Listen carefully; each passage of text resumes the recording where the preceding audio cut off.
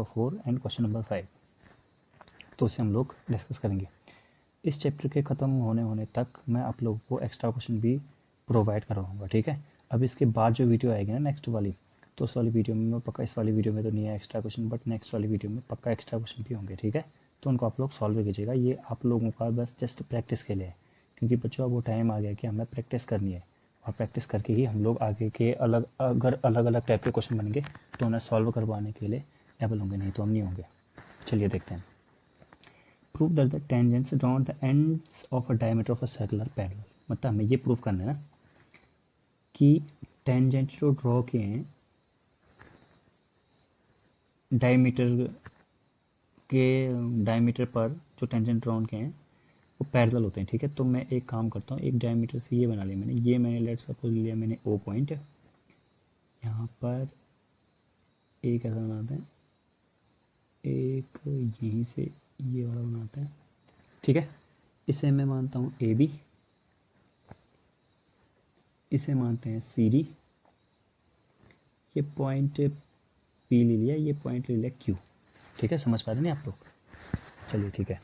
अब देखते हैं यहाँ पर बच्चों, देखिए अगर रेडियस से अगर हमने टेंजेंट को टच किया तो पॉइंट ऑफ कांटेक्ट पर 90 डिग्री का एंगल बनेगा ही बनेगा। तो मतलब हमें कह सकते हैं, सब कुछ पहले लिखना पड़ेगा आपको। O is the centre of the circle, A B and C D are the two tangents drawn at the end point of diameter, ये सब चीज़ें आप लोग को लिखनी पड़ेंगी। उसके बाद मैं यहाँ पर लिख रहा हूँ एंगल ओ पी ए कितना होगा बच्चों? 90 डिग्री होगा। बिकॉज क्यों होगा ये?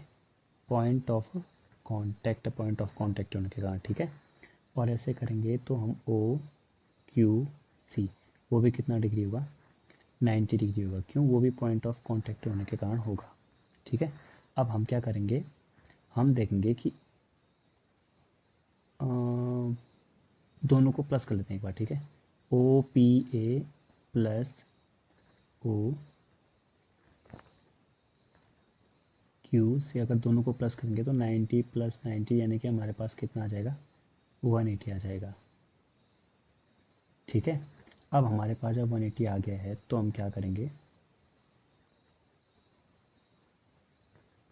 180 आने के बाद क्या करेंगे, 180 आने के बाद ऐसा करेंगे, देखिए ओ पी और ओ क्यू सी को देखिए, मैं केवल ये बना रहा हूँ, देखिए ये वाला एंगल, ये वाला एंगल, अगर मान लेते हैं ये हम एक लाइन, ये दोनों लाइन तो नहीं है ना, तो ये दोनों क्या बैठे, ये दोनों लाइन है। और अगर एक ट्रांसवर्सल ने कट किया तो ये दोनों क्या बैठे बच्चों? को इंटीरियर एंगल बैठे। मैं ये नहीं कह रहा हूँ कि ये लाइन पैरेलल है, बट मैंने तो ऐसा कहा नहीं, मैं तो ये बोल रहा हूँ कि इंटीरियर एंगल बैठे, को इंटीरियर एंगल बैठे। तो को इंटीरियर एंगल का सम कितना आ रहा है? 180 आ रहा है। तो को इंटीरियर एंगल का सम 180 आ रहा है, सिंस इन एंगल का सम कितना आ रहा है? 180 आ रहा है। तो इसका मतलब मैं ये कह सकता हूँ अगर 180 सम आ रहा है तो ये लाइन, ये लाइन पक्का क्या होंगे? पैरेलल होंगे। तो ए बी जो है वो किसके पैरेलल होगा? सी डी के पैरेलल। बस मुझे ये प्रूफ करना था, ठीक है। इस तरह से हो जाएगा पैरेलल प्रूफ। पैरेलल प्रूफ करने का और क्या तरीका है सर? देखिए अल्टरनेट इंटीरियर एंगल इक्वल हैं, 90 है तो ये भी 90 होगा, ये तो हमें पता ही है कि एक लाइन पे बने हुए एंगल का सम 180 होता है। तो ऐसे भी हम कर सकते हैं, बट ये वाला तरीका ज़्यादा बेटर है, तो उससे हम लोग ईजिली कर पाएंगे, ठीक है। अब चलते हैं नेक्स्ट क्वेश्चन पे। देखिए इसका सॉल्यूशन भी आगे मैंने लिखा है, वो लोग आप अच्छे से वहाँ से उठाना। Prove that the perpendicular at the point of contact to a circle passes through the centre. देखिए ये क्या कहना चाह रहे हैं, कैसा कहना चाह रहे हैं कि एक सर्किल है, सर्किल, और जो ये पॉइंट ऑफ कांटेक्ट है ना, जैसे मान लो यहाँ पर है P, ये मान लेते हैं A पॉइंट है, ये मान लेते हैं B पॉइंट है, तो पास होता है हमेशा सेंटर से, सर्किल के सेंटर से मतलब, ठीक है। बट मैं ऐसा बोल रहा हूँ कि नहीं ये सेंटर से पास नहीं हो रहा है, ये ओ डैश से पास हो रहा है। तो क्या कर देंगे, अब आपको पता है ना कि जो पॉइंट ऑफ कॉन्टैक्ट पे 90 डिग्री का एंगल बनता है। तो मुझे एक बात बताना फिर, अब ओ डैश, ये ओ डैश डैश का साइन है, ठीक है, ये ऐसा होता है, थोड़ा थोड़ा सा अटपटा टाइप में हो गया, ओ डैश, ठीक है। तो ओ डैश पी बी कितना होगा मेरा? 90 डिग्री होगा। और मुझे पता है सर्किल का सेंटर क्या है? ओ है। मैंने सेंटर नहीं मान रखा ओ डैश को, मैंने तो कोई और पॉइंट मान रखा है ओ डैश को, ठीक है। तो यहाँ पर से आप लोग ये बता देना कि ओ पी बी, ये भी दोनों कितना हो पाएगा? 90 डिग्री हो पाएगा, क्योंकि पॉइंट ऑफ कांटेक्ट है, और पॉइंट ऑफ कांटेक्ट होने के कारण तो पक्का होगा ही होगा। अब मुझे यहाँ पर एक बात बताना आप लोग कि जैसे अगर ये हो गया, ठीक है, ये आ गया मेरे पास 90 डिग्री का। ठीक, अब ये होता है दोनों एंगल जब 90 डिग्री के हैं तो इसका मतलब ये होगा कि angle O dash P B equals to angle O P B, ऐसा भी लिख सकते हैं भाई, दोनों बराबर बराबर है। दोनों बराबर बराबर है कब? देखिए पी बी तो दोनों में कॉमन ही है ना, बट यहाँ पर ओ है बच्चों और यहाँ पर ओ डैश है, तो मतलब ये दोनों जब पॉइंट जब कोइंसाइड करेंगे, जब O and O dash will coincide, यानी कि कोइंसाइड का मतलब होता है एक दूसरे के ऊपर जब होंगे ओवरलैप करेंगे फिक्स, तो तब हम बोलेंगे sir O and O dash will coincide. लेकिन ओ एंड डैश विल तो कोइंसाइड कर नहीं रहे हैं, तो ओ डैश की जगह पर क्या लिख सकते हैं? ओ लिख सकते हैं। इसका मतलब जो पॉइंट ऑफ कॉन्टैक्ट है वो हमेशा सेंटर से ही पास करेगा। ठीक है, अब यहाँ पर इसका थोड़ा एक्सप्लेनेशन देखिए।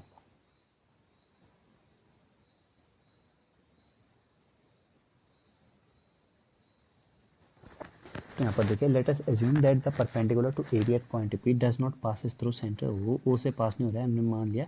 Late it pass through another point O dash, वो किसी दूसरे वाले पॉइंट ओ डैश से पास हो रहा है, ऐसा मैंने मान लिया। ठीक है, तो फिर मैंने क्या किया, ओ से पी को ज्वाइन किया, ओ डैश से भी पी को ज्वाइन किया। अब अगर एक बात ये मान लें कि जो ओ डैश पी बी है वो 90 डिग्री है, वो क्यों भाई?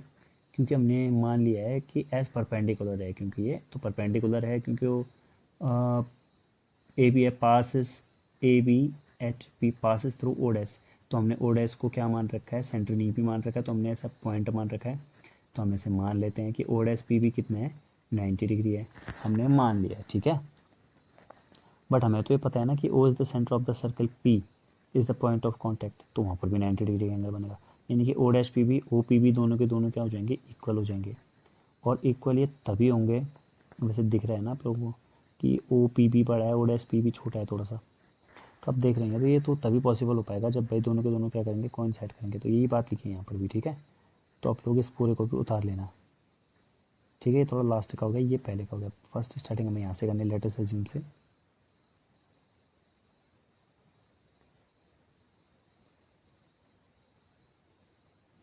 और लास्ट वाला यहाँ पर है, यहाँ तक पासिस थ्रू सेंटर हो। ठीक है, यहाँ तक आपको करना है। सो आई होप कि बच्चों आप लोगों ने ये वाला क्वेश्चन भी कर लिया होगा। अब मैं नेक्स्ट इसकी वीडियो लेके आऊँगा, उसमें प्रैक्टिस के लिए आप लोगों के लिए क्वेश्चन डाल दूँगा कुछ। ठीक है, तो आप लोग उनको भी प्रैक्टिस करते रहिएगा। प्रैक्टिस करेंगे, मैथ्स में सारा खेल प्रैक्टिस का ही है बच्चों। अगर आप लोगों की प्रैक्टिस अच्छी रहेगी तो ही आप लोग अच्छे से अच्छे मार्क्स एग्ज़ाम में स्कोर कर पाएंगे। ठीक है, तो मिलते हैं फिर नेक्स्ट वाली वीडियो में, और तब तक के लिए थैंक यू।